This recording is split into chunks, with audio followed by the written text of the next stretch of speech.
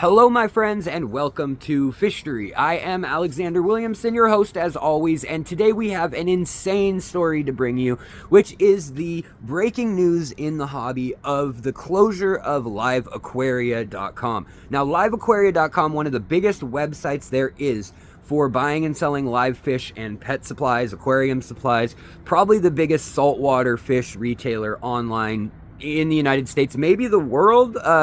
Pretty crazy, at least straight to retail, that is. And it turns out that we know they closed down earlier this week, or at least went bankrupt, and it appeared that no one was there, the lights were off. Well, now there are reports that the fish were literally abandoned. Nobody was there to feed them or take care of them. And it was actually filed in legal work in detail. So let's get into all of this. There was an article published by Reef Builders on their website that highlights some of this paperwork, and then also I dug up some of the bankruptcy info earlier in the week but didn't post because I hadn't heard anything and I wanted to give them a chance to respond. And I feel like a week is long enough for folks who were messaging me and telling me, yo, I've got a $150 gift card, yo, I've got $200 credit, I have $50 credit, my store has this or that. And they just left hanging with no one to call. This is insane. And we're going to get into a little bit of the history of the company and what's going on and how this could have happened and how much they owe. 7 million, almost 8. Jeez. And so let's jump into this right now. It's a crazy story and it's continuing to develop. So today, the website is back online, which is a big like, what? Because for a week, it was just 404 errors, page not found, domain no longer registered, like all sorts of responses people were getting were either errors or basically saying that the page was no longer in existence. And also, phone numbers, emails, nothing. Nobody got an email saying, hey, we're closing or any of this stuff. Yet, there was paperwork filed back on the 6th of October saying that they were going to be going bankrupt. So somebody knew in-house that they were closing down, and that happened at the beginning, well, now we're in November, so at the beginning of last month, and yet nothing was said. Also, there is a big paper, and a lot of people are saying right now, oh, they abandoned their fish. There's fish in the building, and they're literally letting them die.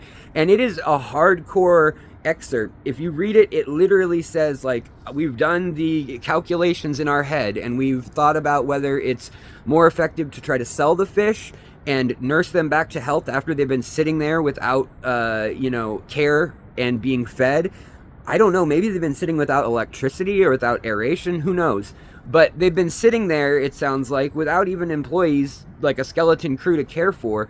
And in the paper, the court filing, it says basically, we think it's better to abandon them, and basically any damage or destruction that is caused by their rotting bodies is something that we don't think is going to do that much damage to the tanks if we're going to resell them. Because, oh yeah, they have also listed their property, their Wisconsin property in Rhineland, Wisconsin, 5-acre shipping facility with all sorts of tanks and conveyor belts and all that. Yeah, it's abandoned and it's for sale for $1.6 million near the airport, which is convenient if you need to ship fish. So if anybody needs a warehouse that's already set up for that, who knows, maybe somebody will buy it. But speaking of buying it, they have a history, and we're going to talk about that in a moment, of people buying them and it not really going so well. So, back in the early days of this website and these online sources of buying fish, there was eBay and there were forums and there were kind of fish groups online. And it was kind of the Wild West. PayPal and money orders or Western Union kind of stuff was how people were doing it. And it involved a lot of trust, and it was hard to get transparency and things, So these businesses started to pop up as like legitimate businesses, with a brick and mortar store, reviews, all that kind of stuff. And one of the early ones was Flying Fish Express. That is one of the earliest traces or forms of Live Aquaria. as time went on, Live Aquaria pops up, also buys Flying Fish Express, which was one of the really early kind of online Aquaria stores where you could, buy stuff through the mail, which was kind of a crazy idea to some folks, at the time, other than killifish breeders. But they get a reputation as time goes on. Things like the peppermint angelfish, saltwater fish that is, they stabilize and condition it, get it into the US, get it into tanks, get it healthy and happy and eating food. That was what they were known for, was their saltwater fish, and their section or sub-website, sub-company, if you want to call it that, under Kevin Cohen, which was called Diver's Den.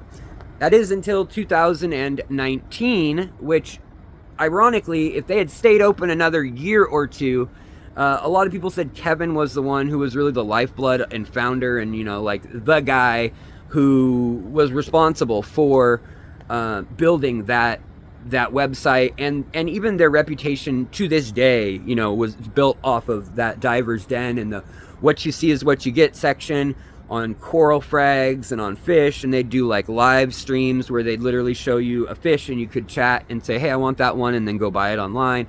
They were pretty innovative in some of that stuff, I must say. Well, their main office and their freshwater fish stuff, that's all based in LA, so separate from the Diver's Den and Wisconsin stuff. Well, their Diver's Den stuff gets bought out in 2019, I believe. Also, their Foster and Smith, a veterinarian-owned and founded company, becomes involved, Live Aquaria, part of that company as well.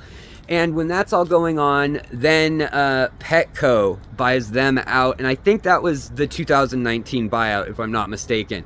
And that 2019 buyout, basically Petco ended up buying them, and people weren't sure. Maybe Petco was going to offer a bunch of fish online for sale through them, or who knows, like what was going to happen, straight to retail and have even lower prices, and who knows. Because at that point, they're still buying from Seagrass and a number of other companies wholesale. But it turns out that that purchase, they ended up just selling off, basically. So Petco had an amazing few years there where they're growing leaps and bounds, totally beating PetSmart.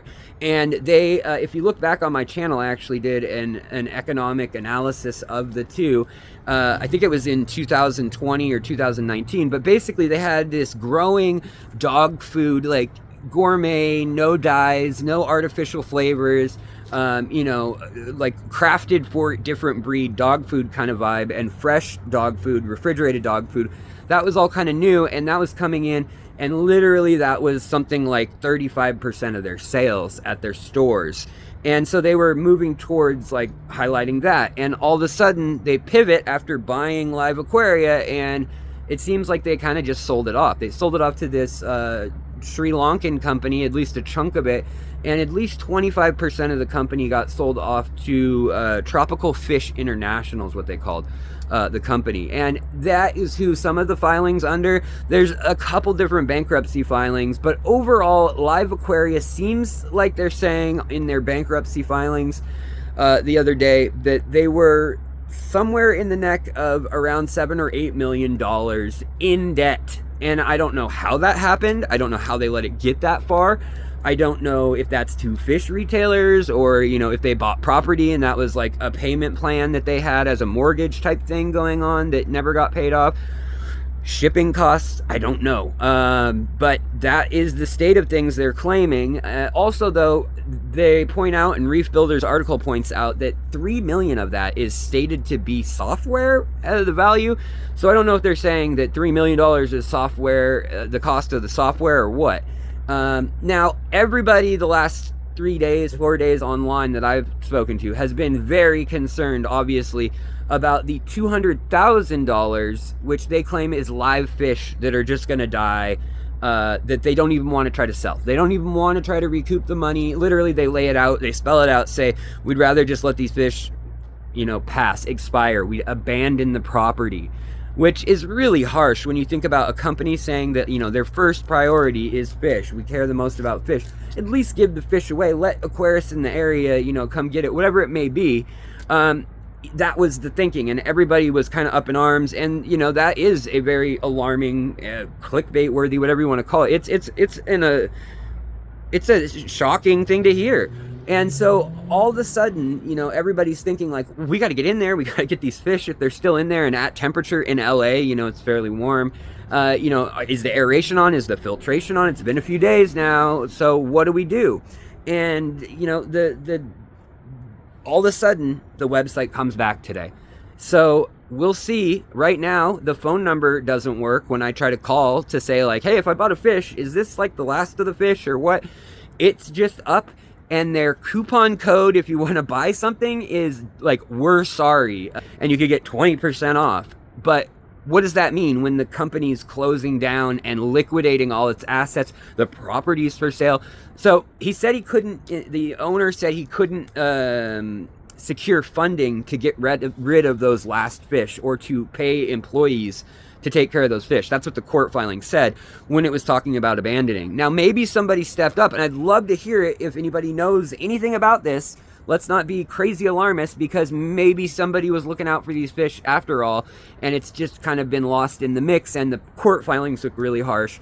But I would really be curious to see how this unfolds, because, you know, in the fish business, fish in transit, it's not a pretty thing sometimes, even when everybody really does care and is all about it, and there is financial incentive to keep the fish alive. That I guess their website's online right now. It looked like they had some freshwater stuff for sure listed, and we'll see in the coming days what else gets listed. But unless they got, you know, some angel donor who gave them enough money to keep running to sell these fish, or maybe they bought the fish out and they want to make the profit off the last bit and that goes towards the debt, or maybe it's you know, something like the state of California, because there are laws in California that even protect fish against intentional cruelty or harm.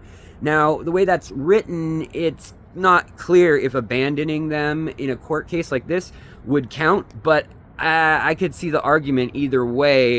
You know, it has to be intentional or malicious acts that cause injury, pain, or suffering to an animal. And yes, fish are included unless they're being harvested for food. So these are not food fish, and maybe that had something to do with it. I don't know. I'd like to know what your thoughts are. This is one of the craziest cases I've seen, the way that just the rug was pulled right out from under everybody. If you work there or anything, if you know more about this and you'd like to share anything or comment, if you're live Aquaria and you'd like to comment and clear anything up, if I've misspoken or said anything untrue from what I've been able to gather from the reporting that's been done in blogs and in the papers that I've researched and pulled, please let me know. But it is a weird and very, very sad situation. I'd also like to hear from y'all if you have an opinion.